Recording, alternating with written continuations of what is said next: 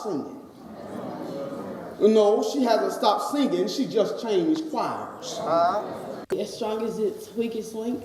And as soon as I can walk in the door, I would hear that voice saying, "Welcome, Mel Williams, to 1836. She was beautiful when I first met her. She loved to sing. We used to sing together all the time. No matter how far she moved, friendship still was the same. And you know, it kind of hurt knowing this is going to be my last time seeing her. But I mean, God does everything for a reason. Shaking, crying, didn't know what to do, couldn't sleep. But when I came here today, I feel 10 times better. 8:30 a.m. A strange text goes out from Anitra Gunn's phone. 10 a.m. Another one, stranger than the last. By 11, the messages stop completely. Her car is missing, her wallet and keys are still inside it. Her phone isn't. Within days, a Peach County deputy spots a disturbed path leading into the trees off a back road. Tire marks, broken branches, a piece of a bumper. Then a body. Anitra Gunn was 23. A senior at Fort Valley State University, with job interviews lined up and graduation weeks away. And on Valentine's Day 2020, she vanished. This is how it happened. Anitra had moved to Fort Valley, Georgia, back in 2016 to study agriculture. She worked part-time at a restaurant, kept a tight circle of friends, and stayed close with her father, Christopher, back in Atlanta. He'd raised her and her younger brother alone after her mother died when Anitra was a child. Romantically, there was one name that mattered: DeMarcus Little. 22 years old, an Army sergeant stationed at Fort Gordon. On paper, he looked solid: a steady career, a close family, a young man who'd made sergeant in 3 years. The kind of guy people described as a catch. The relationship didn't match the resume. It was on and off, unstable. Anitra's friends didn't love him. And 2 weeks before she disappeared, something happened that should have told everyone exactly what they were dealing with. Early morning, February 5th. Anitra and a friend were staying at her house when a loud crash woke them up. They assumed it was the dog. It wasn't. The next morning, Anitra found her tires slashed and 2 windows put in with bricks. She called it in, told police she didn't know who'd done it. She knew. She just didn't say it yet. DeMarcus would later admit it was him. He'd found out a man had stayed over at her house, and he'd let his anger do the talking, with a brick, in the middle of the night. He was arrested on criminal damage charges, given bond, and sent back to his life like nothing had happened. That's the thing about warning signs. They only look obvious after the fact. On the night of February 13th, Anitra went to a party with friends. DeMarcus was there too. Late in the night, the group split. Anitra and DeMarcus went back to her place so she could grab her car, then to a Waffle House, then to his aunt's house on Chestnut Hill Road to stay the night. He would later tell police that was the last time he saw her. The next morning, around 11:30, when she left for a job interview. There was just one problem with that story. Her interview was at 9:30. If she'd really left when he claimed, she'd already have been 2 hours late. The next morning, Valentine's Day, started out ordinary. Anitra's best friend, Sierra Stewart, woke up to a sweet good morning text. Nothing unusual. Then the messages that followed stopped sounding like Anitra at all. Talk of hooking up with some guy she just called dude. Odd, because Anitra wasn't seeing anyone new. She was still tangled up with DeMarcus. Around the same time, a mutual friend named David Howard, everyone called him Scoot, got a message too. Anitra's phone, asking for his address. Said she'd drive over. Scoot lived close enough to see her front door from his own driveway. She didn't need directions. She definitely didn't need to drive. He tried calling. No answer. More texts came instead. Vague, a little off, at one point seeming to break things off with him, even though the two of them barely qualified as anything. Then he watched a black Toyota Corolla with red pinstripes circle his block. 5 times, maybe 6. He knew that car. By midday, Anitra had gone completely silent. Scoot reached out to Sierra. Sierra reached out to Christopher Gunn in Atlanta. And Christopher made a call of his own to have someone check his daughter's house before he even got in the car. Officers found the house untouched. No sign of a struggle, just an empty driveway where Anitra's white Chevy Cruze should have been. The clock had already been running for hours. Nobody knew it yet. A missing persons report went in that afternoon. By nightfall, it wasn't just Fort Valley police looking anymore. The Peach County Sheriff's Office joined in. So did the GBI, the Georgia Bureau of Investigation. A full task force built in a matter of hours for one 23-year-old woman who was supposed to be studying for finals. The last confirmed place anyone had seen Anitra was DeMarcus's aunt's house on Chestnut Hill Road, which made him the obvious first stop. He wasn't arrested, not yet, but he was brought in for questioning, and his car, a black Corolla with red pinstripes, was towed off for forensic examination. Investigators were polite about it. Everyone who knew Anitra was technically a person of interest. But when a reporter asked the sheriff to just say it out loud, he didn't hesitate. It's the boyfriend. Meanwhile, Anitra's car turned up, parked behind a vacant house a few blocks from her own, front bumper missing. Mud packed into the tires like it had spent time somewhere it shouldn't have. Her wallet and keys were sitting right inside. Her phone wasn't. And that's when DeMarcus offered up a detail that, by his own account, he'd simply forgotten to mention for a full day. He said Anitra had accidentally shared her phone's location with him, that it had pinged somewhere near her house on South Kamalea Boulevard. Investigators checked. It hadn't.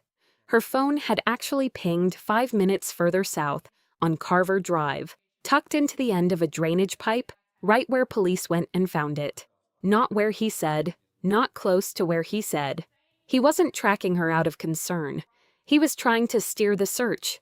The task force kept working the ground, rain or shine, helicopters up when they could fly, deputies on foot through the woods when they couldn't.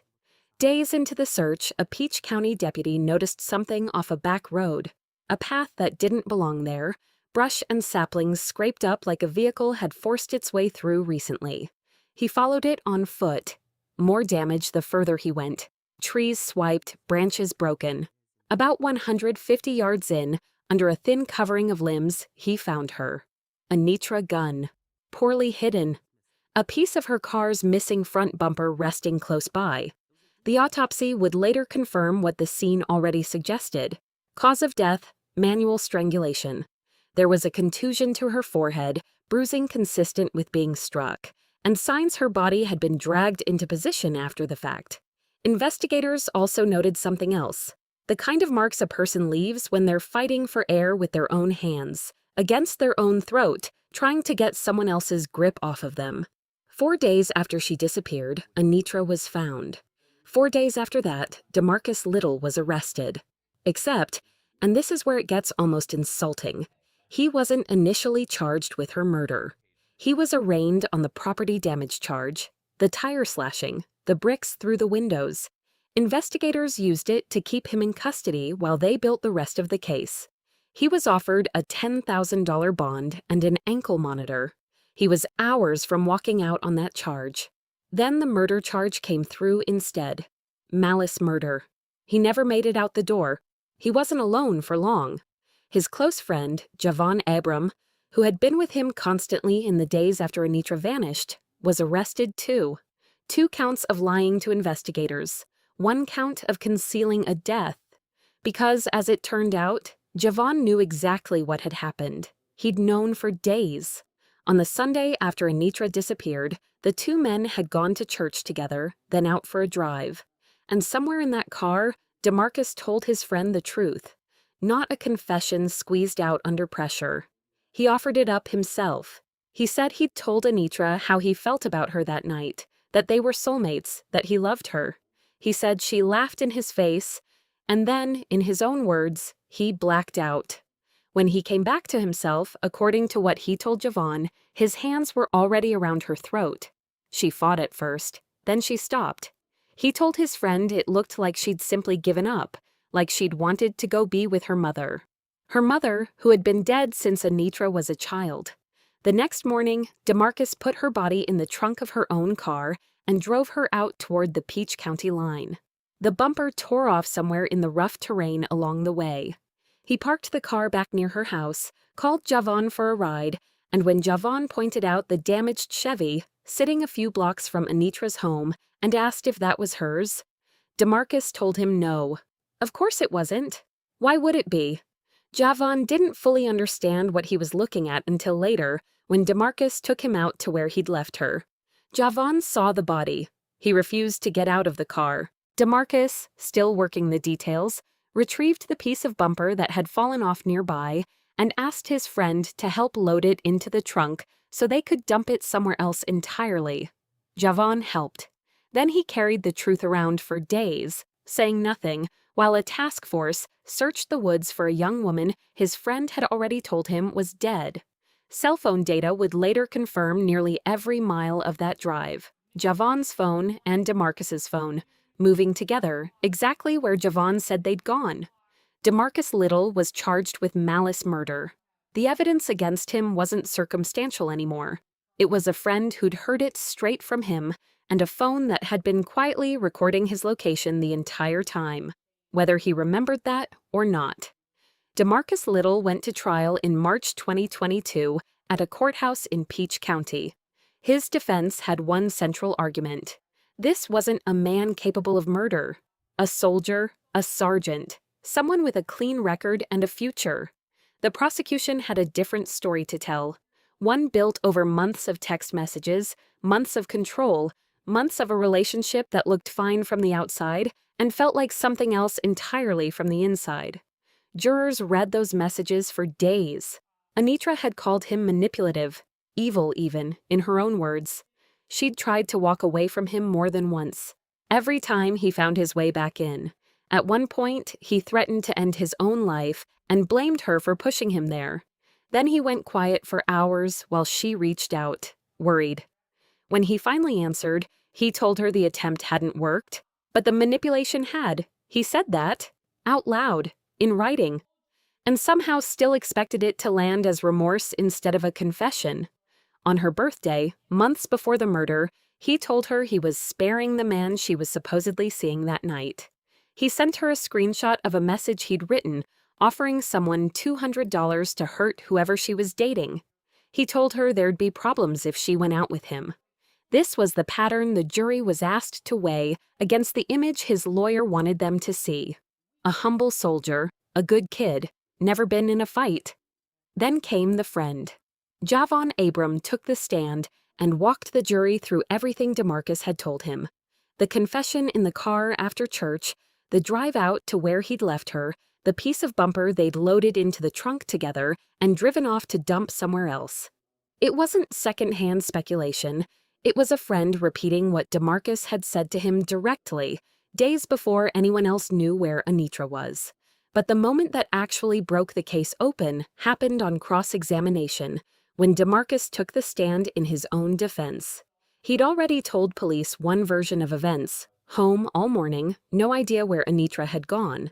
His own texts from that day said otherwise. He'd told Sierra he was out looking for her. Scoot had watched his car circle the block near his house over and over that same morning. Then came the phone data.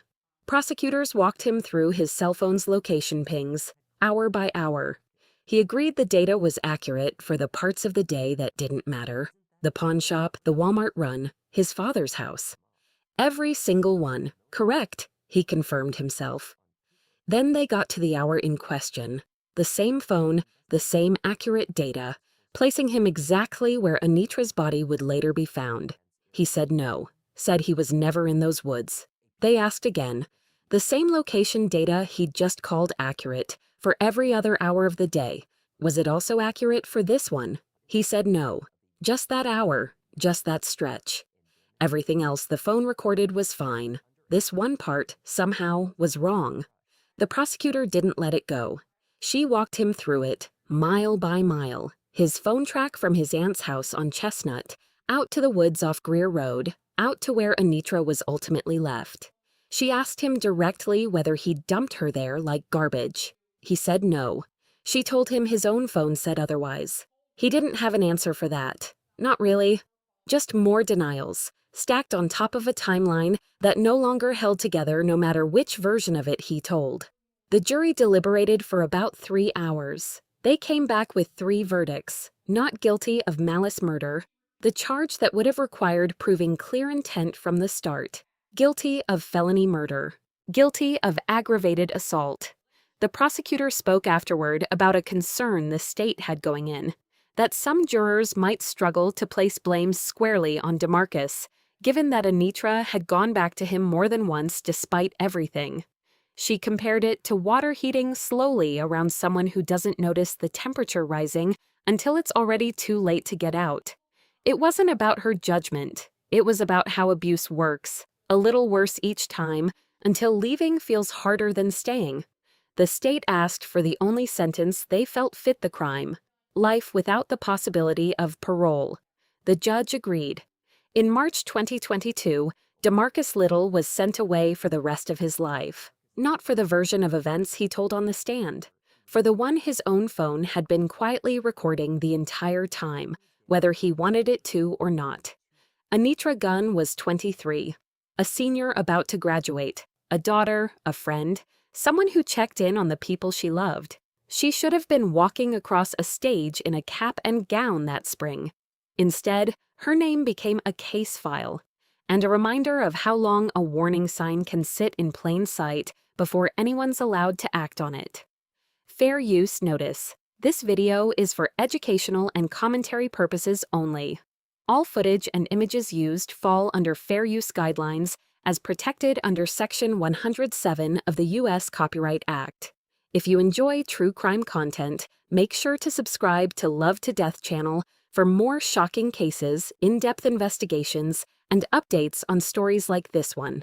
Hit the notification bell so you never miss an upload. Mr. Little, I have a number of questions for you. I'm going to try and see if I can understand, as the evidence that's been put in, if you can help me understand how it says one thing and you're saying something else, okay? All right. Now, first I want to talk about yours and Anitra's relationship. That was your soulmate? Now, to your soulmate, you slashed your soulmate's tires. Is that correct? Yes, ma'am. You broke your soulmate's window. Yes, ma'am. All right. You threatened to shoot up a man that your soulmate was going out with. Yes, ma'am. You told her that you were committing suicide and it was her fault, correct? Yes, ma'am. You saw the text message where she said that you were outside her house and you wouldn't leave. You did that on repeated occasions, correct? Yes, ma'am. You showed up at her house uninvited, correct? Yes, ma'am. She repeatedly told you, stop coming back, didn't she? Yes, ma'am.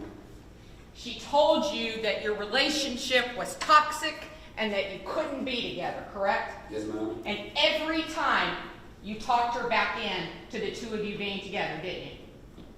No, ma'am. I went through every single text message on your phone.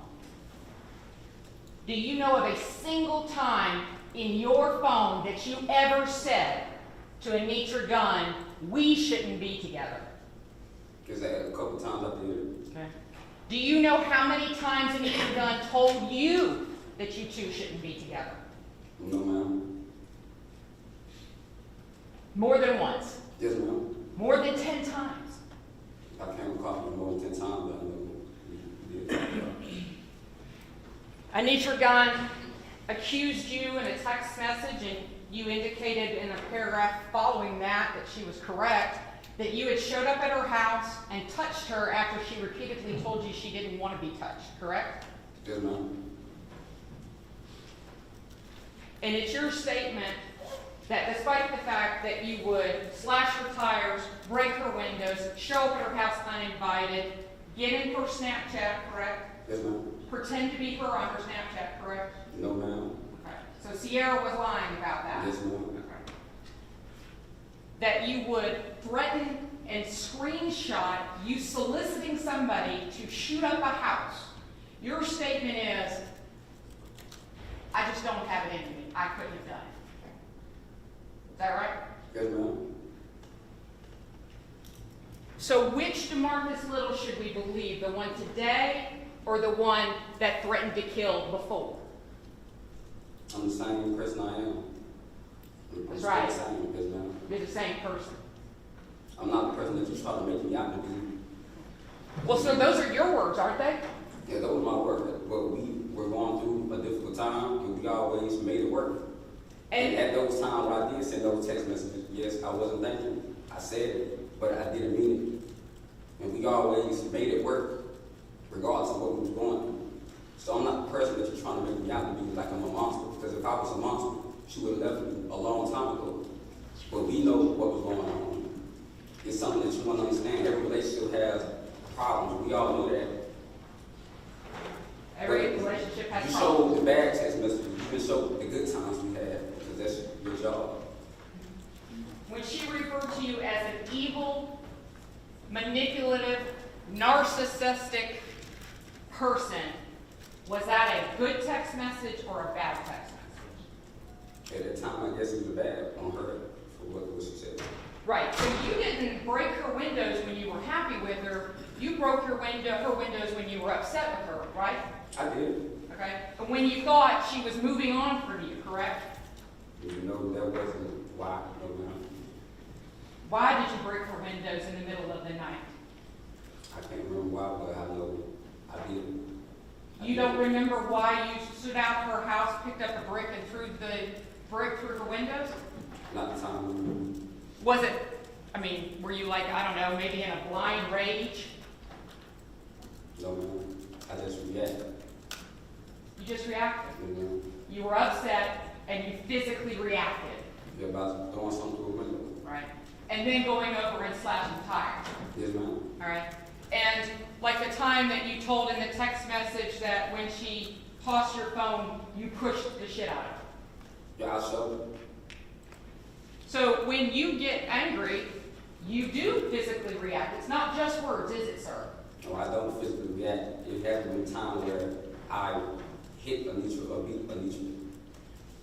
Well, if you've never beat Anitra and you've never hit Anitra, why does your family, in the text messages to you that have been read to this jury, constantly refer to you as choking her, hitting her, hunting her down? Why do they make those kind of jokes? It's just how we joke. Were you joking when you said murder in the first degree? Yes, ma'am, I was at the time. At the time. Yes, ma'am. And I said that message. Were you joking on February 14th? I didn't kill her. Well, let's talk about your day on February 14th. Yes, ma'am. We have your phone. You were present in court when all of that testimony was there, correct? Yes, ma'am. All right. So your phone shows you going to Valdosta to pick up Javon. That was true, correct? Yes, ma'am. Pick up Javon. The two of you come back to Warner Robins and pick up Tracy King. Was that correct? Yes, ma'am. Your phone then shows you going to a party on Carver Drive. Was that correct? Yes, ma'am. Your phone then shows you coming back to over to Anitra's area through the text messages, and you and Anitra going to the Waffle House. Is that Yes, right? ma'am. All right. And you and Anitra are there at the Waffle House. You saw the screenshot from the Waffle House, the two of you. Yes, ma'am. All right. What was Anitra wearing? Shorts, brown shirt, some Chuck Taylors. Some Chuck Taylors, Yes, some ma'am. shoes. And did she have a wig on? Yes, ma'am. Okay. And after the Waffle House, the two of you went back to Aunt Clark's house, right? Yes, ma'am. All right. And at about 2:45, 3 o'clock in the morning, Aunt Clark sees you and Anitra. Do you remember that? Yes, ma'am. All right. And so now your phone says that you stayed at the house until about 11:28 the next morning. Is that about right? I don't remember the exact time. But you left the house at around 11:30 a.m. on February 14th, didn't you? I don't remember the time. I know we went to. Okay, well, let's take the time out of it. Did you leave the house before you went to the gun and pawn shop, sir? Did you leave the house for any reason? I don't recall. When you were present in court, when you saw the text message that you sent to Javon that said, "I'll be back," were you just quoting the Terminator, or were you actually leaving? I don't remember. Because if you were leaving and you left your phone behind and you were driving around with Anitra's phone, then Anitra would have to be dead then, wouldn't she? I don't know. When, sir, is it you say that you saw Anitra last? We woke up, we talked, we had sex. I know she left like around 11. Around 11. Left some reason now. And where was she going? She told me she was going to the interview. When she left the house, did she have her wig on? I would think she did, doesn't it? Did you know when her body was recovered, her wig's not there? I didn't know that. Well, you've seen the pictures. You sat here, you've seen the pictures. You see her wig's not there, correct? I was at the store today, I didn't know it.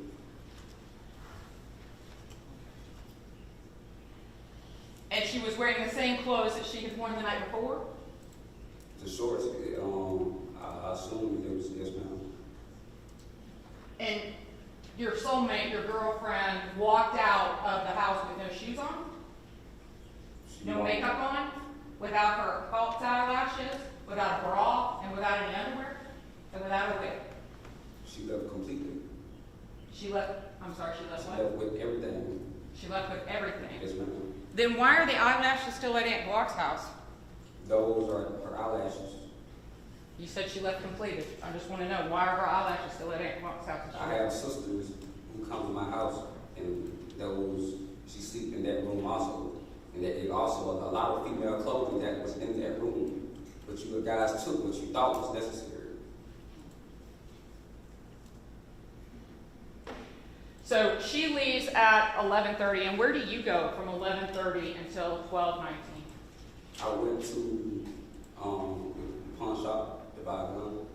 Well, actually, your phone doesn't show you leaving Aunt Glock's house until about 12:18, 12:19. So I want to know, what did you do between 11, when your girlfriend, your soulmate, left, and you left for the pawn shop at 12:18?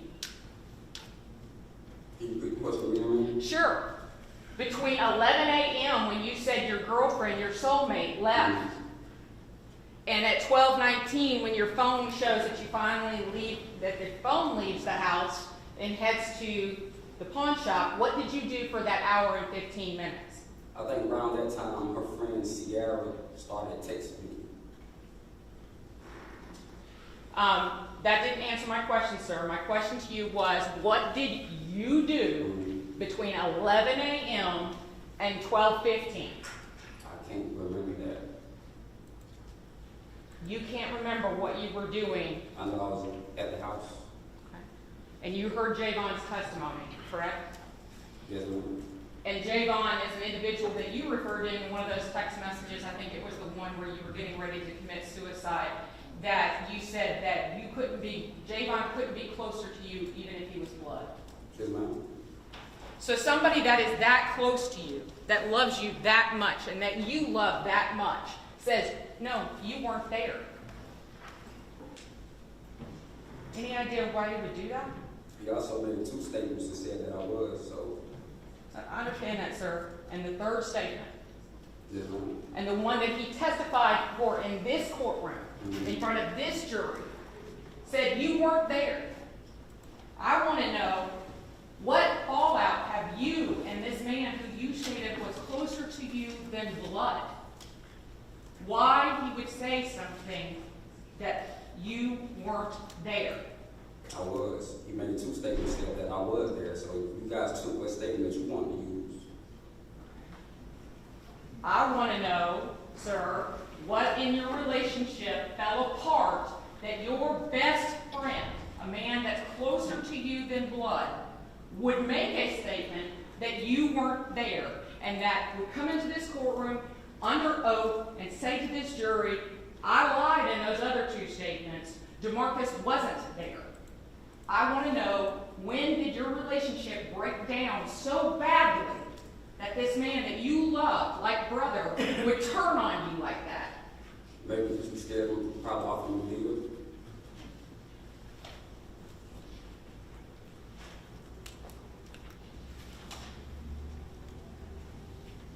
I'm not impressed that you guys trying to make me out to be 2 years. 2 years. Ready to get back to my duties. I'm ready to get back. And you guys are playing with my life. Every relationship had a problem. We all know that. Like I said, you guys showed the bad time. You didn't show the good time. If someone was scared of me, they would have stayed away from me and wouldn't have came back. Would have said, I need a restraining order, stuff like that, right? Yes, ma'am. Did it get done? Because you knew we were still going to be together. Because you didn't take no for an answer, did you? If Anitra wanted to make a decision, she would have made it. She We'll get made to a that. decision to keep coming back to me because we're talking to me. Sir, do you know David Howard before February 14th, 2020? No, ma'am. Why is his number and his name in your phone? Yes, I don't know.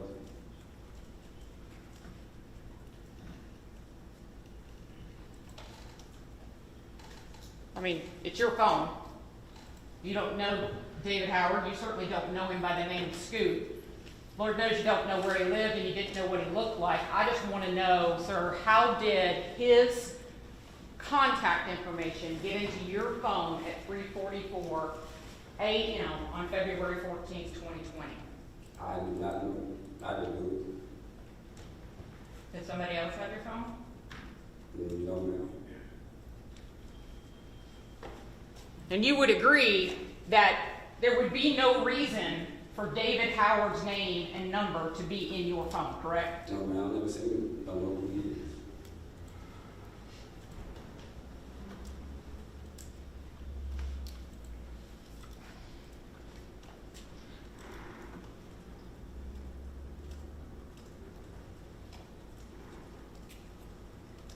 Now, once you went to the pawn shop, you saw that the details, the cache locations with regards to your phone, show you going to the pawn shop, correct? Yes, ma'am. And that's correct, because you went to the pawn shop. There's pictures of you in the pawn shop, correct? Yes, ma'am. And that's the time that Sierra begins to blow up your phone, correct?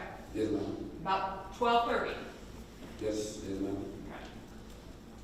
So around 12:30, you're standing in the pawn shop, you've seen some video of it and then the pictures of it, and then you and Javon leave the pawn shop and you saw the cache location showing you guys going back to 420, correct? Yes, ma'am. All right. And so those cache locations that show you going to the pawn shop and coming back from the pawn shop, those are absolutely correct. Those were my locations at the time where I went. Okay. Now, let's skip to 220, and we'll come back to that time period in the middle, but let's skip to 220. All right. 220, those same cache locations from your phone show you guys going to Warner Robins, correct? Yes. Okay. So you go to Warner Robins, and those same cache locations show you guys at Tremaine Smith's house, correct? You guys hung out there at Tremaine's house. Yes, we went. All right, and then those same cache locations, you remember these pictures were coming up both with Investigator Maxwell and Agent Childers. They show that you go over to your dad's house and you stay there for a while, correct? Yes, ma'am. Okay, and then those same cache locations show that, and that's all correct, correct? That's where I went. Okay, that's where you went, because it's correct, right? That's where I went. All right, let me ask that question again, and those cache locations were correct, weren't they? Those were my whereabouts. That's where I went. So they're right, your cache locations are right from 12 all the way back to 1, and then we pick back up at 220, and those cache locations show correctly going to Target, Walmart, your dad's house, staying there, and then coming back to 602, correct? That's where I went. Yes, ma'am. Okay. So every single cache location that we just talked about accurately showed where you were. Those were my whereabouts where I went, where I drove. Yes, ma'am. So those same cache locations show at 103, you driving on Tanglewood Road, headed toward Greer Road. Is that correct? No, ma'am. So your phone went offline at that point? I know where I went.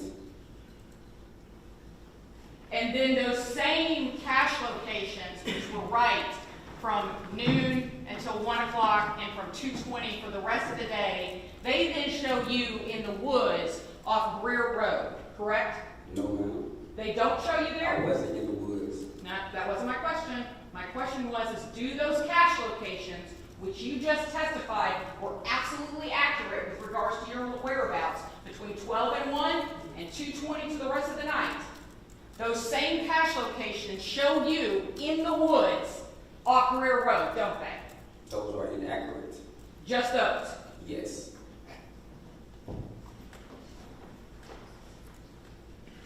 Because if they were accurate, sir, they would show you standing next to the body of your soulmate, wouldn't they? No, ma'am.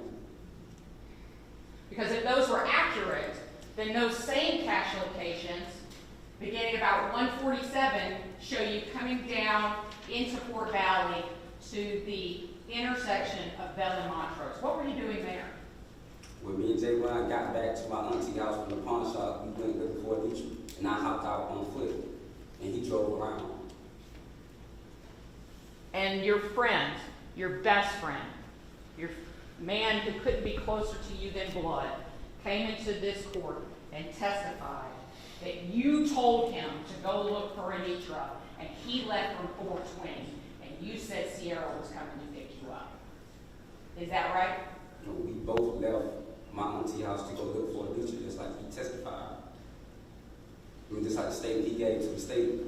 One of his first statements. His first two statements. Right. So testified and statement, two different things. Let's talk about what he testified to when he came into court and he raised his hand and he gave a very emotional description of that day. He said, and you tell me if I'm wrong because you're in here, he said, no, when we get back from the pawn shop, my friend, my best friend, tells me, go look for Anitra. Sierra's coming to pick me up. Isn't that what he testified to? I think that's what he said. And then he said that he actually called you, and I guess that's what I'm trying to figure out. If y'all are together, why is he calling you if you're in the same car? I said I hopped out on foot and went walking, so he don't know my location, so he has to call me to see where I'm at. Okay, well, he called you almost regular contact with you between 1 and 2. When did you hop out? I can't remember the exact time I hopped out, but I hopped out the car. All right. Well, if at 1:08 y'all are still together, why is he trying to FaceTime you? To see where I'm at. But you didn't leave the house until 1 o'clock. I don't remember what time we left. I know we left. Did you the get house. out on Tanglewood? I don't remember what road I got on. I know I got out the car. I mean, did you walk from 420? I'm trying to figure out when were y'all separated? We left the house together, and I can't remember what road I hopped out on. Because I'm not from Fort Valley. You're not from Fort Valley? No, ma'am. You haven't lived here? No, I haven't lived here. You didn't live with your aunt for a period of time? When I came to visit, Are you telling this court and this jury you didn't actually live with your aunt? yeah, I lived in 8th grade, but I'm not from Fort Valley. I don't know the roads. I wasn't driving. I don't know my whereabouts. I go to school and I come home.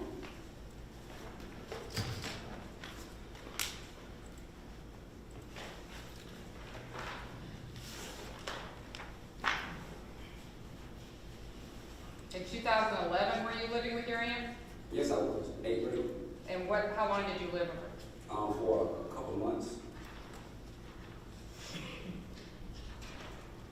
And then that was listed as your address, correct? Yes, ma'am. Something. All right.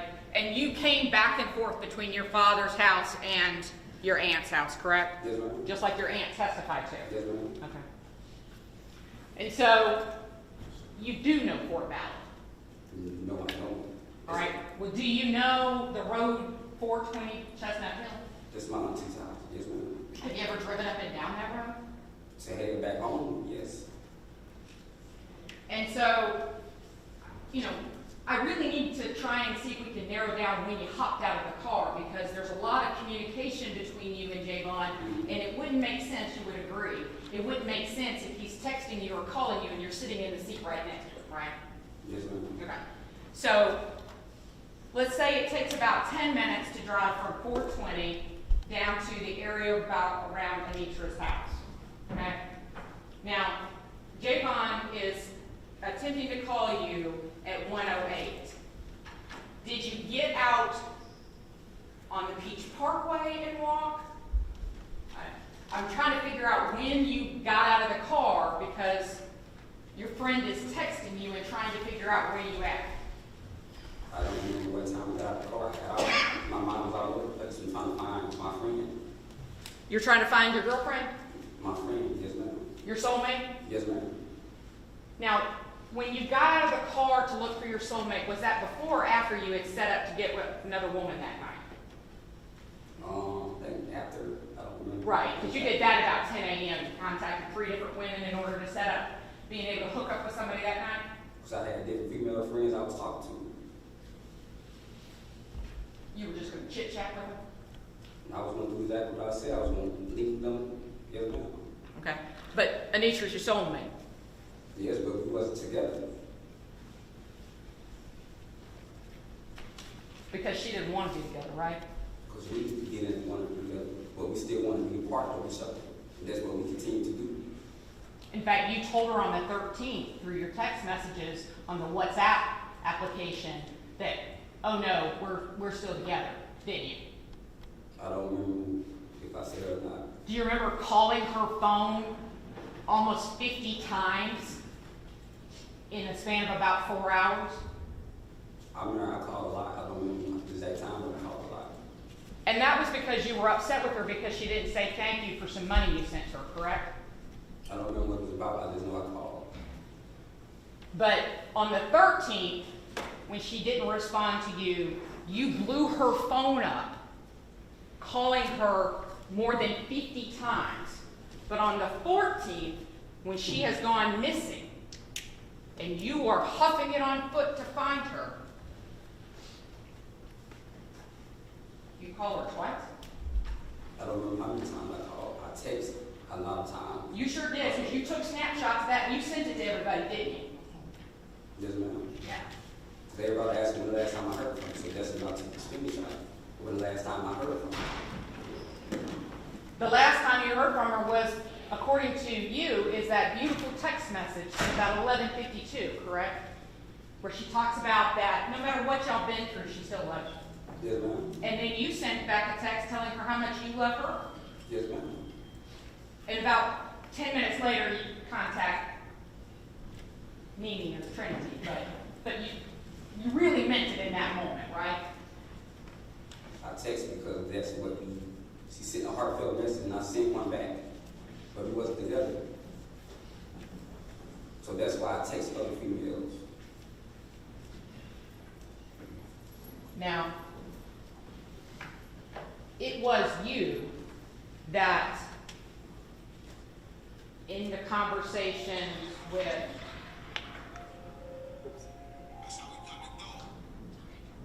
Antoine, told Antoine that she left for an interview, correct? Yes, ma'am. And that's that same phone that told Sierra Stewart that you actually saw the car at 2 o'clock, correct? Yes, ma'am. I said I think I seen the car. But so many thoughts were going through my head. So Let's- the car could be her car at that time. Let's pull that up, because I'm not sure that that's exactly right, but let's make sure. Yes, ma'am. Because I think you go a little further than just saying you saw the car.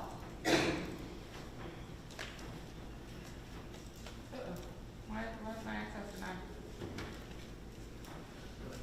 Huh? Go back there? No, still saying that doesn't want me to.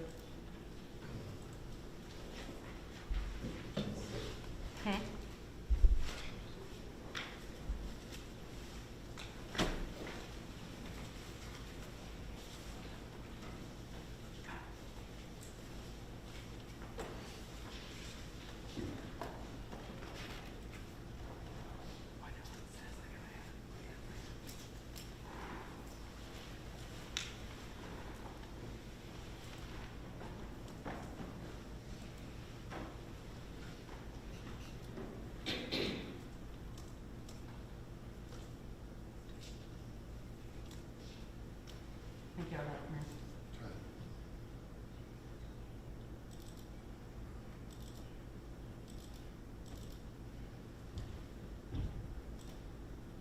He's not letting me do it. Let me close that. Hang on. Okay, close it for a second. Yeah. And we'll come back to that, but do you recall saying, I see your car? Is that a yes? Yes, ma'am. And do you recall saying, I got out and went and knocked on the door to the house? To the car was out? Right. That's what you said. Yes, ma'am. Huh? Yes, ma'am. Okay. Now, exactly whose house did you knock on? Because it wasn't Brenda Vargas, so I just want to know whose house you knocked on. I just know I knocked on the house and I didn't get an answer. But which house? I think it was to the left, or I think it was to the left, or I don't remember which one, but I know I knocked. Okay. Because when you see, as the car is put in, there's a house to the left and then there's a house to the right. So you're saying you went to the house on the left, right on the corner of Bell and Montrose, correct? I don't remember which house. I know I knocked on the house.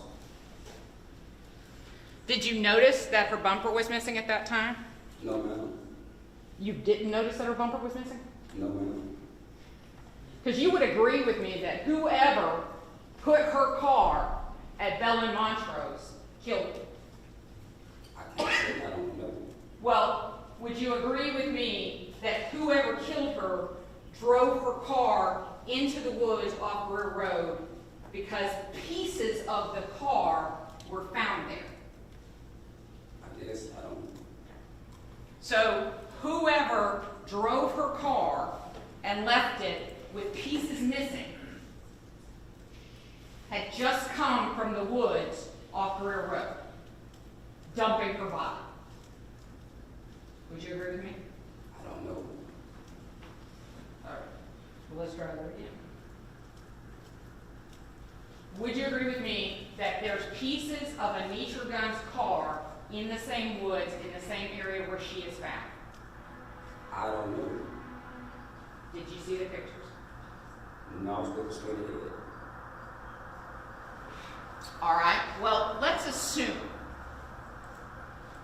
assume that those pictures had pictures of the wheel well, a light, things like that, that match back to the car.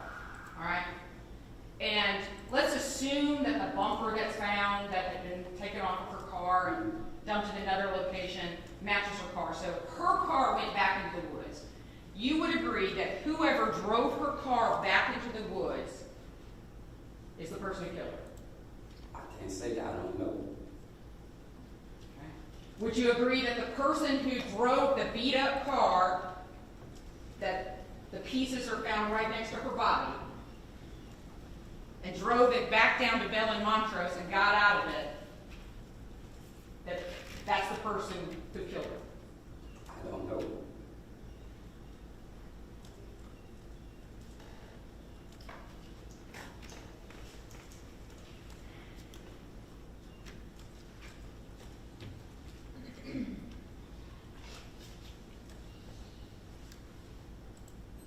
So you're wandering around.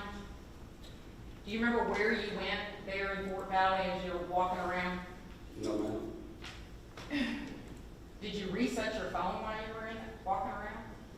Not that I can recall of them, no, ma'am. Well, I'm just trying to, because remember we talked about it, the cache locations are right from 12 to 1, then they go wrong, and then they pick back up again at 2:20 and they're right then. So I just want to know, when in there, did you reset your phone or did you do something to make the cache locations right? No, ma'am, I don't know. Okay, because the cache locations, you would agree, show you coming down into Fort Valley and wandering around the intersection, not all over Fort Valley, but just the intersection of Bell and Montrose, where Brenda Vargas says that somebody matching the description is standing next to the car. Well, she said she seen a tall individual pacing back and forth. She did not say me. Saw a, You wanted to be me, but it's not. She said tall and skinny. I'm not tall, nor am I skinny. So close-shaved African-American male from a distance. Tall, skinny male. And the person's on their phone. Remember her talking about that? Yes, it did say that. And I mean, then there's that part where it's your phone pacing around that intersection. It's that part. It's that tall and skinny part too.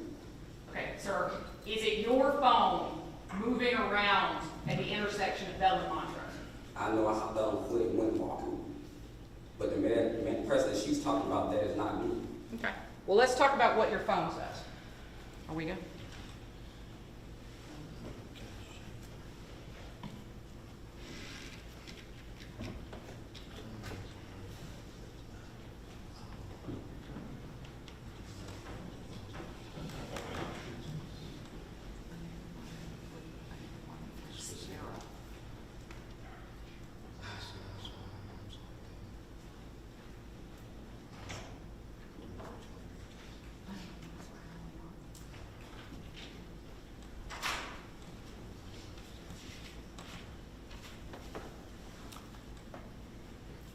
Can I get my jump drive down and try it that way?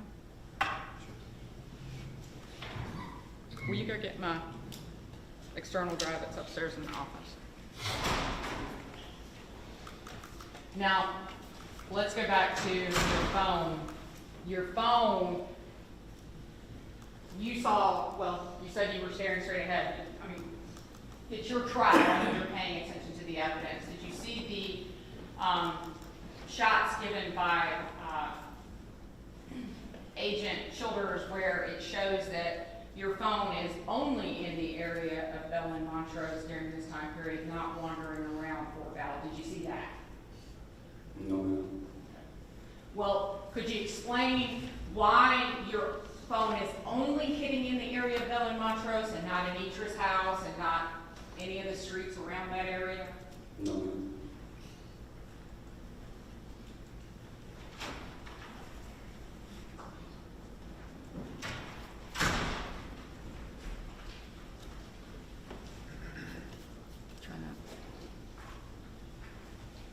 Now, on the 15th, well, let's talk about when Javon picked you up at the corner of Bell and Montrose, though, right? Yes, ma'am. Okay. And you dropped your location, or did you call him? I can't remember which one of her. All right. Did you say to him, she kicked me out of the car, come pick me up? I don't remember. Well, you don't remember. Mm-hmm. Is it possible you said that? Possible. Okay. Well, then who's the she? I don't see her. Okay. So you did see Sierra on February 14th? 15. No, the 14th. On the 14th, do you remember having a telephone call with Javon in which you said, come pick me up, she kicked me out of the car? Yes, ma'am. Like I said, yes, ma'am. Okay. Who is she, and what car were you kicked out of? Sierra. Okay. So you did see Sierra on February 14th in the around 1 and 2 o'clock? I don't remember the time, but yes, ma'am, I did. Okay. And did you hear Sierra testify that she didn't hang out with you that day and she didn't see you and she didn't drive you anywhere? I don't remember what she said. Okay. All right, but if you're in the car with Sierra and she's the reason why you ended up at Bell and Montrose, then why are you having Instagram communications with her if y'all are sitting in the same car? I don't know what time frame was I texting her with, but I would do if I would.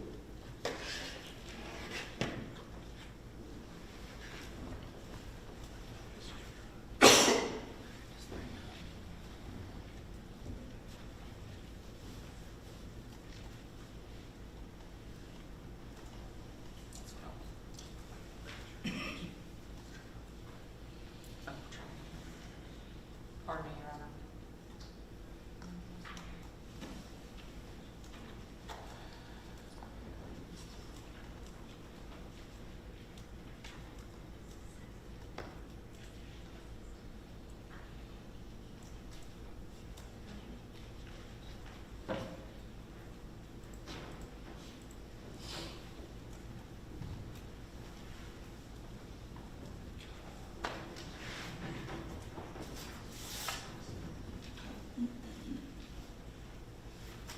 If the evidence shows that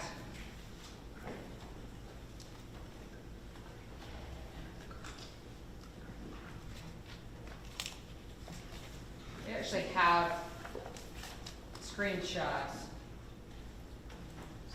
If you and Sierra are talking between 12:43 and 12:57, that's when you're over at the pawn shop and headed back, correct? Yes, ma'am, I think so. Okay. Now, when exactly did Sierra pick you up between 1 and 2 o'clock when Javon picked you up at the corner of Bell and Montrose? I don't remember.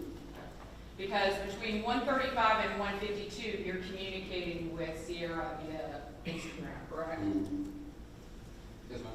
Okay. So, trying to figure out this timetable. At 1:08, Javon's texting you, so you can't be with Javon. And if at between 1:35 and 1:52, Sierra's communicating with you. When did Sierra pick you up and then kick you out of the car that Javon had to come get you? I don't remember. I knew I was walking.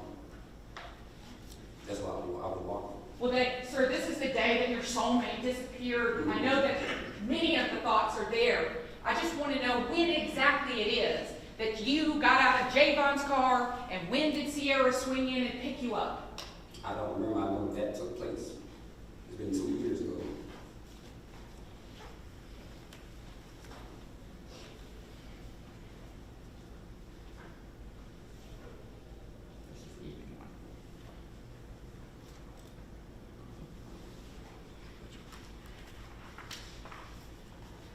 Now, you are communicating with Javon.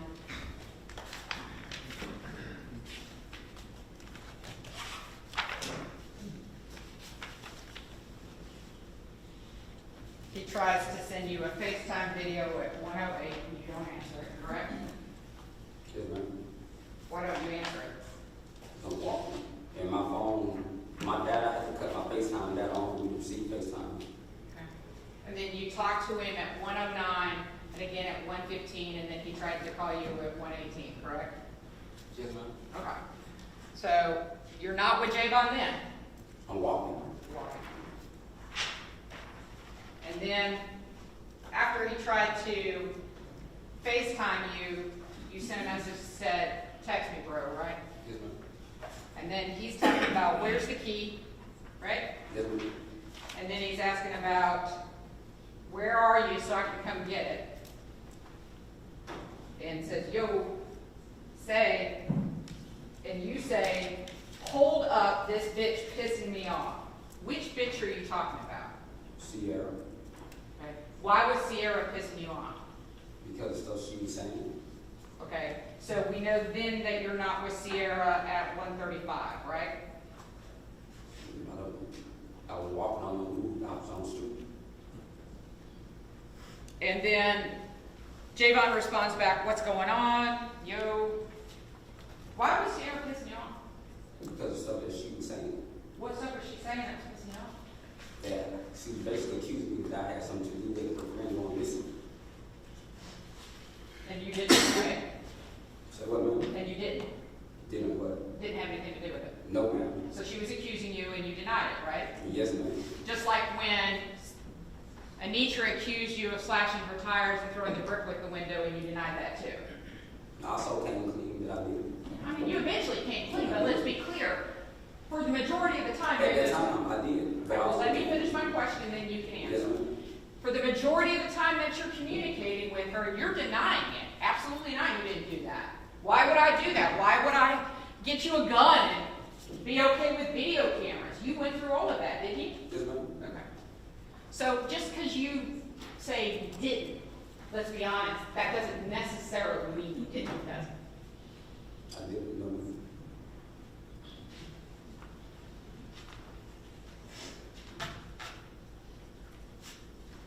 So if you're walking around the area in Fort Valley, why does your phone show you moving down Wolfett Road headed toward Fort Valley at 153? I don't know.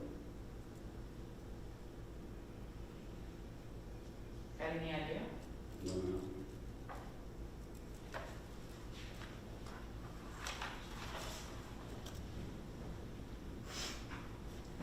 Why did Javon head back to Aunt Glock's house and need the key if he was in the area in Fort Valley with you looking for him? I don't know why he needed the key. I mean, you can see from the text messages and from his testimony, he was headed back to Aunt Glock. He had checked Anitra's house. She wasn't there.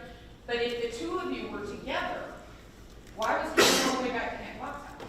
We wasn't together. I hopped out on my feet, so at that time we separated. Now, you indicated to Sierra at 156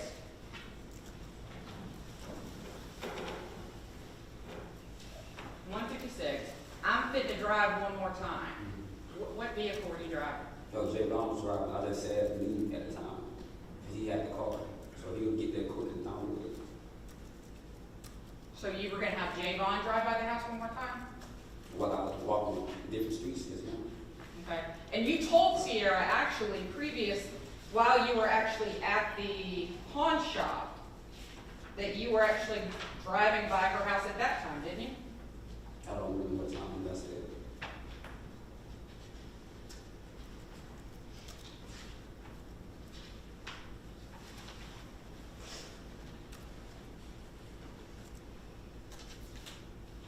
At 12:57, I'm fitting to drive by her house now and see if she's there. You're actually, you weren't fitting to drive by her house, were you? Once I got down with the gun shop, that's what it is when that was all. Okay. And if only your phone showed that, right? But your phone shows you going from 420 Chestnut Hill Road to the woods off of Greer Road.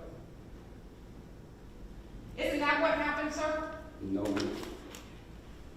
After you killed Anitra and you put her in the trunk, and you're at the gun store and you're still trying to figure out what to do with her, and her friend is calling you and harassing you and pissing you off, as you said in your text message, and you made the decision at that point in time you had to do something with her body, isn't that what happened? No, ma'am. Isn't it just like your phone says, that at 4, you went back to 420, you told Javon, go on, Sierra's gonna come get me, and you got back in Anitra's car and you drove it over ditches and trees, causing the bumper to fall off, causing everything else to break apart, and you dumped your soulmate like garbage in the middle of the woods, didn't you, sir? No, ma'am. Just like your phone said you did. And then you drove back down her beaded car with the missing bumper and the missing wheel well, and you dumped her car just like you dumped her at the corner of Bell and Montrose, didn't you, sir? No, ma'am. Just like your phone said you did. No, ma'am. So your phone is lying.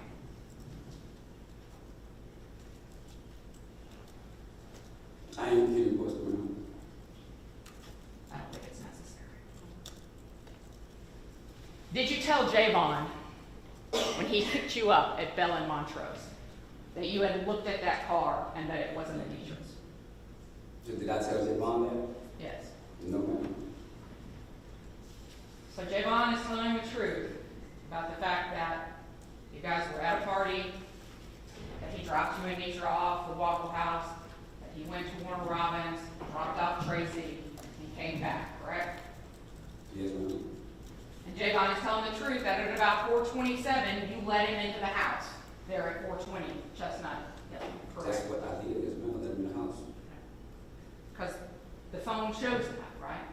That's when he came to the house, yes, ma'am. And then he went up to his bedroom, right? Yes, ma'am. I said, yes, ma'am. And then Anitra stayed with you, correct? Yes, ma'am. All right. Anitra never went to any other room. Anitra was always with you. Yes, ma'am. And then, I don't remember, did you explain why it is you sent the text message that says, I'll be back? No, ma'am. Now, it's your assertion to this jury, well, let me ask you this. If Anitra's car is the car that dumped her body, which, considering what it looks like and all the pieces and everything else, then you would agree with me that she has to be dead by 2 o'clock, correct? I don't know. Okay. All right, well, let's assume she's dead by 2 o'clock. Then, by your theory, that she leaves the house, sometimes you say 10, sometimes you say 11:30, but let's cut the difference and put 11. She leaves the house at 11, okay? So between 11 and 2, some other person, not you, some other person got her, strangled her, took her car to the woods. Did he get your phone while he was out? You know, my phone was with me. Right. Yeah, your phone was with you. Not the little place that you're trying to put me back.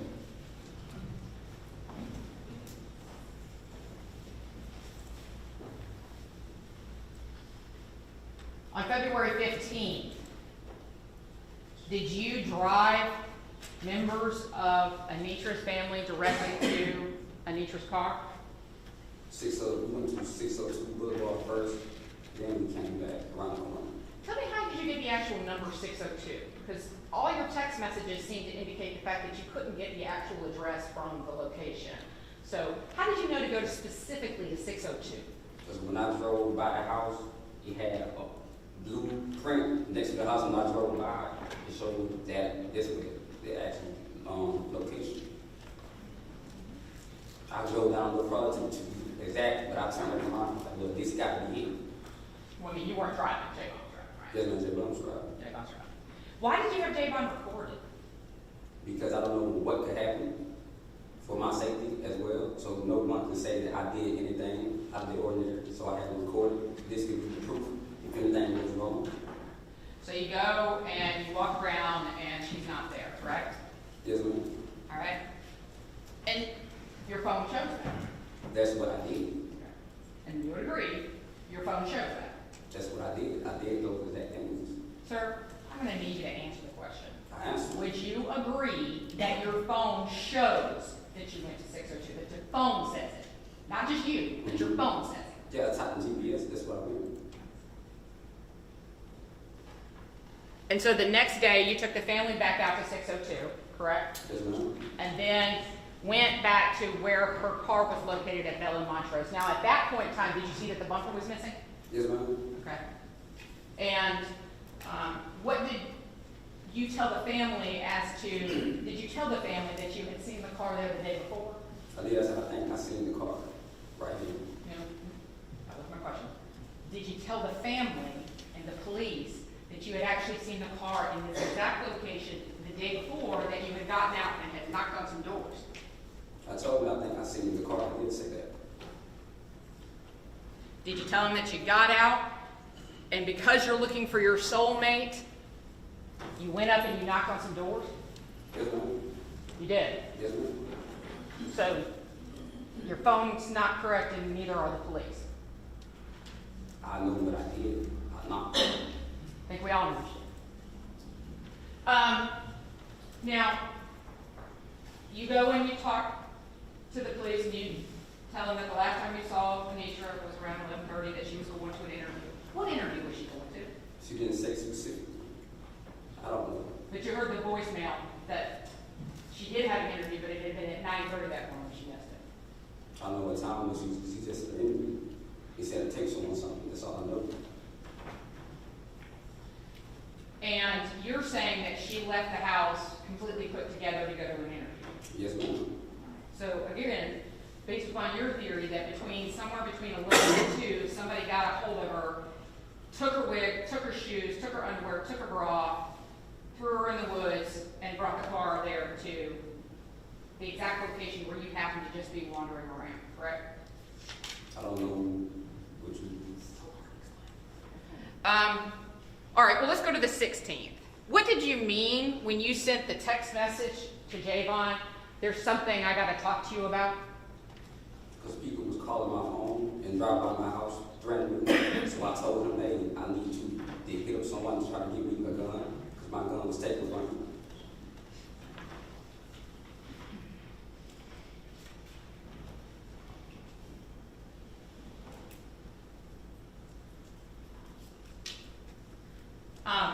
So that was what your communication was about. Yes, ma'am.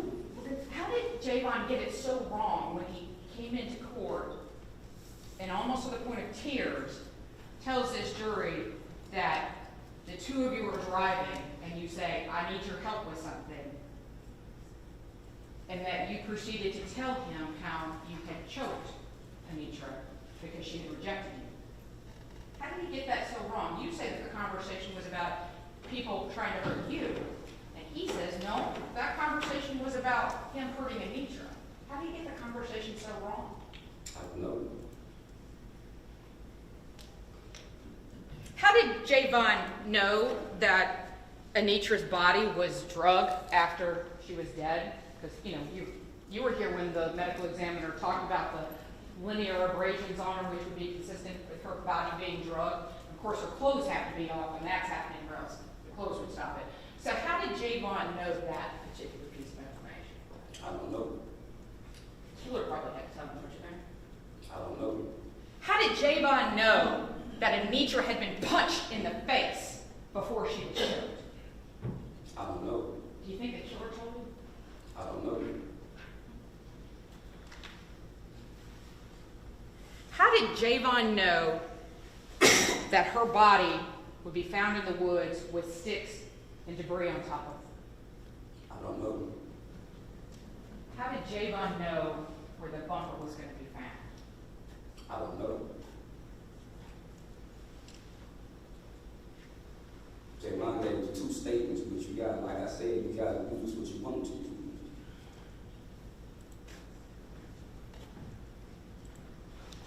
When Javon came in here, he raised his right hand and he gave sworn testimony against a man who you referred to as being as close or more than blood.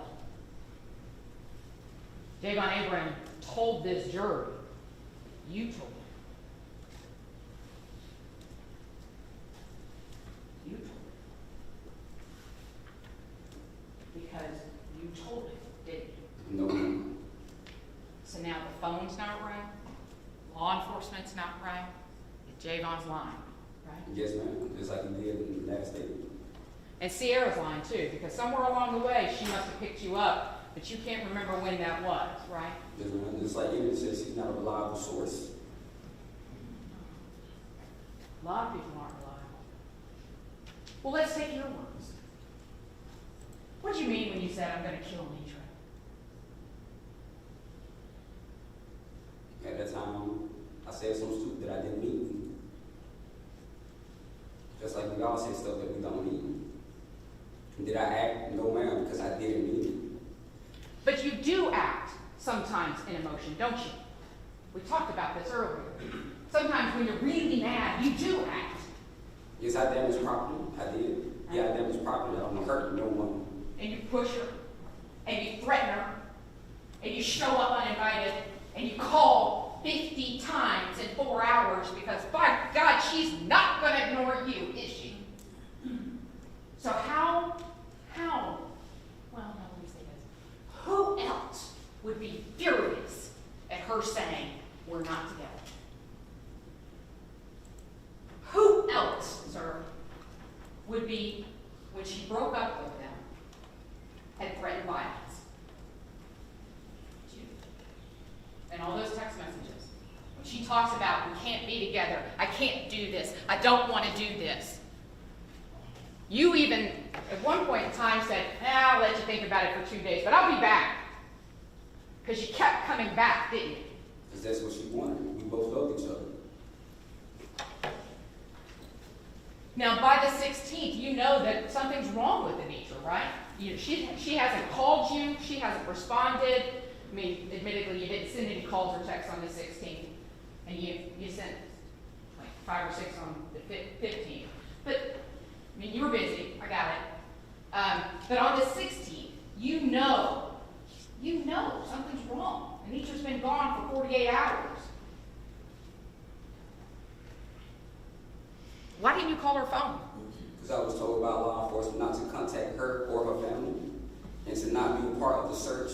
That's why. Oh, you were told not to be part of the search? Yes, ma'am. And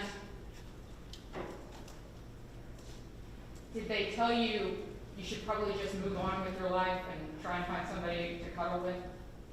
No, ma'am. Okay, you did that on your own. Yes, ma'am. But she's your soulmate, and she's missing, and you don't know where she is, but you find time for other women. Just at that time, I didn't know what was going on, so I still text other people.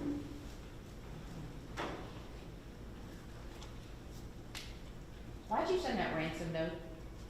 I didn't send them a ransom note. Well, we've been talking about a lot of coincidences lately. I mean, that's what we have to chalk it up to, right? Yes, ma'am. The fact that she just disappeared within that brief period of time when your phone wasn't working right. And that all these people have just got it completely wrong. The weirdest coincidence in this whole case is that when they do the Google fence, you have a phone at that house that has a very particular email the number that the ransom came from has that same email address. Do you think the Nigerians got that? I don't know.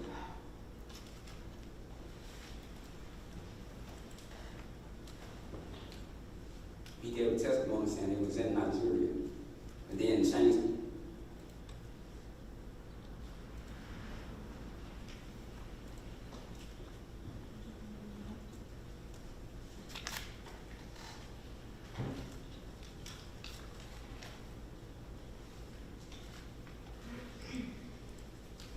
On the jail phone call, why were you telling people to tell Javon to hold on and just shut the fuck up? So I knew he was scared.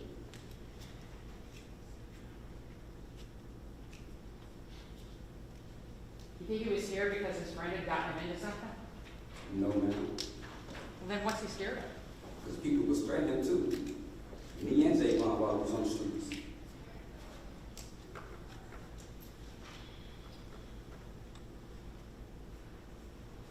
When you were telling Anitra that you were going to get her a gun to protect her, who did she need protection from? I guess people that was bothering her, and someone she got a restraining order on. But you were the one that was breaking her windows and slashing her tires when you said that you were going to get her a gun. I did that one time. Just that one time. Yes, ma'am. Actually, you slashed her tires on 2 separate times, didn't you? I was last one time, which I confessed to. All right. But she confronted you, and you tried to send your locations to prove that you actually weren't there on the 5th. But you did do it on the 5th, let's be clear. You did do it on the 5th, right? All right. But you actually, there was a whole text communication between you and her, and you kept trying to send your locations. And you're like, I don't know why it says that, which is eerily similar to what we're listening to today. But you kept saying, I don't know why my phone is showing me there. And she kept saying, you're a liar, I'm an idiot. You remember that conversation? Yes, ma'am. And you were trying to send her those locations, and you said, look, here's a screenshot of what Apple says, and you were trying to show you weren't there on the 5th. And finally, you just had to say, you got me, right? That's okay. Yeah. And then she said, oh, by the way, send me what you were doing on the 21st, when my other tires were slashed, correct? Mm-hmm.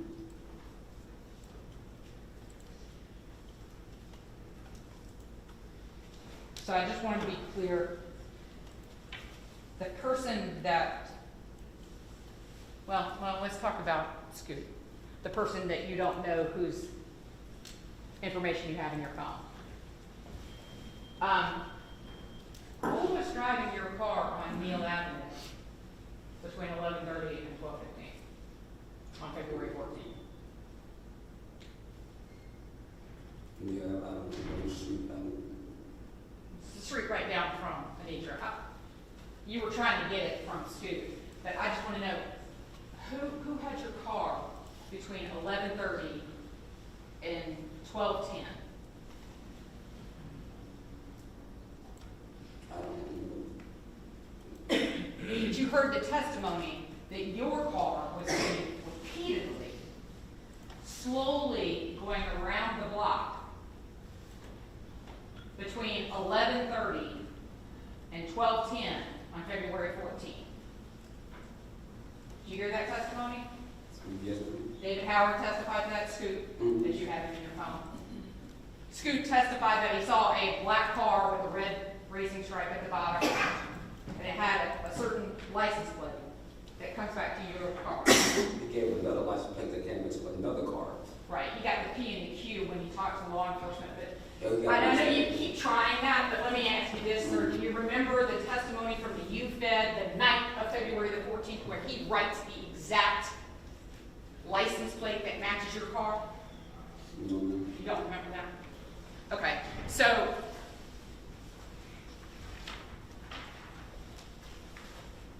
what's the license plate that he writes? RQP507. Is that your car? Yes, ma'am. That's a Toyota. What was your car doing circling the location of where Scoot lived between 11:30 a.m. and 12:15 p.m. on February 14th? I think at that time, I think Sierra was texting me at that time, and I went looking. And you went what? Looking. Because Sierra doesn't actually text you till 12:30. So I just want to know what you were doing there before then. But we'll go back. Mm-hmm. Yeah, Sierra's first text to you doesn't come in until 12:35. Bruh, give Anitra her fucking phone back. So again, that's 25 minutes after I just asked you. So again, what were you doing driving in your car, circling the block around where David Howard lived between 11:30 and 12:15? I told you I went to look for Anitra Why? She left you 5 minutes before. because I want to see this she go to an interview. So when Anitra left, you followed her? I don't remember the exact time, but It's so hard, isn't it? You just told the jury a few minutes ago that you were actually just hanging out at the house. Remember, you couldn't remember when you said, "I'll be back"? That's that same time period. So when you say, "I'll be back," you actually did leave the house then, correct? just went. Okay. And you did get in your car, and you did drive repeatedly by David Howard's address. I Correct? didn't know his exact address. I drove around the location. And you were doing that with Anitra's phone, correct? No, ma'am. That's weird, because Anitra was texting David Howard at the exact same time. You're driving around asking where he is and what he looks like. Isn't that weird? It's like a coincidence. That's what word we used before. In fact, sir, would you agree that if somebody had Anitra's phone at 11:30 and was trying to find David Howard, then Anitra's dead by then? I don't know.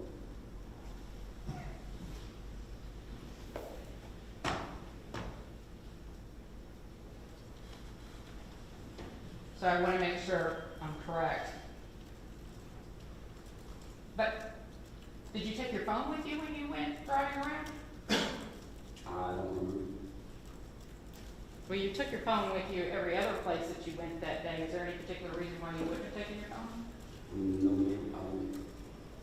Because your phone didn't leave 420 until 12:15. So I'm just curious. Were you busy using somebody else's phone? No, ma'am. And you know that if you go by Neal Street, go down and go straight up Camille Boulevard, heading back to 420, right? You'd go right back past 602. Do you know that? No, ma'am. So yes, you were driving the car that David Howard saw. Yes, ma'am. Okay. And yes, you did text your best friend, "I'll be back." And so therefore you were away from the house until about 12:15, correct? I don't remember the exact time, but yes. Okay, so then Javon was telling the truth about that. Even though he said on the 19th and the 20th when he talked to law enforcement, because you keep going back to that, so let's be clear. Mm-hmm. When Javon told law enforcement on the 19th and 20th that you were just hanging out of the house the whole day until you guys went to the pawn shop, he wasn't telling the truth, was he? I just remember we came back from the pawn shop and we went looking for each. We was together. Okay, well, we haven't got that far yet. I'm talking about the time period from when Javon wakes up, comes downstairs about 11:20. He told law enforcement in that interview on the 19th and the 20th that no, you guys were all together. But you're saying here today, well, no, Javon was telling the truth actually on the 26th when he said I left the house, wasn't he? Because you did leave the house. You just told us you left the house. Yes, ma'am. All right, so Javon tells the truth on the 26th, even though he didn't tell the truth on the 19th and the 20th, right? Yes. So if Javon tells the truth about the fact that you left the house, between 11:30 and 12:15, which is the exact time period of those weird text messages to David Scoot Howard. And then he tells the truth about the fact that the two of you went to the gun and pawn shop, correct? That's what I did. Okay. And then he's lying, just like your phone's not telling the truth, about what you did between 1 and 2, correct? Because remember, he says you told him to go to Anitra's, and you didn't ride with him. So he's not correct about that. No, I did ride. So just like your phone, Javon is incorrect. And then of course Sierra, because Sierra testified that she did not pick you up and drive you around while texting you on Instagram. Correct? Yes, ma'am. Mr. Little, let's be straight. It doesn't make sense, does it? You ever heard the old saying, the simplest explanation is usually the truth? No, ma'am.